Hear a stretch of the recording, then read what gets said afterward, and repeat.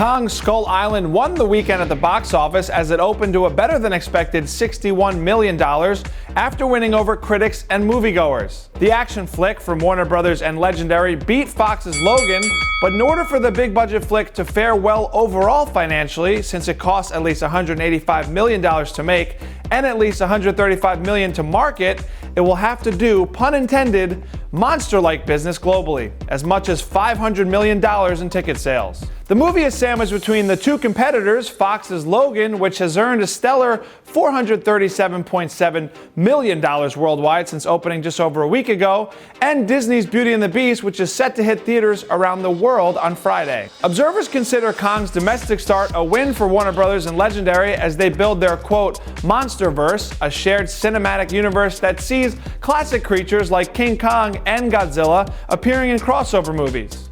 It began with Godzilla in 2014, next up Godzilla King of the Monsters in 2019, and then Godzilla vs. Kong the following year.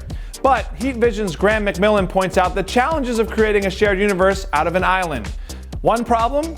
The lack of monsters with any kind of inbuilt audience recognition factor. In comparing the way Marvel successfully built out its empire using characters audiences were only vaguely aware of, McMillan questions, who cares about monsters? Or more accurately, why care about multiple monsters? As much as people might complain about superhero movies all being the same, at least the superheroes can crack wise and complain about inner angst to try and differentiate themselves and entertain the audience. McMillan goes on to wonder if maybe Legendary's MonsterVerse plans are intentionally limited, with Godzilla vs. Kong being the final movie in the series. If not, he's hoping the next two movies introduce the next generation of monsters, prove why they're memorable, and not just be renamed versions of the two the audiences have already accepted.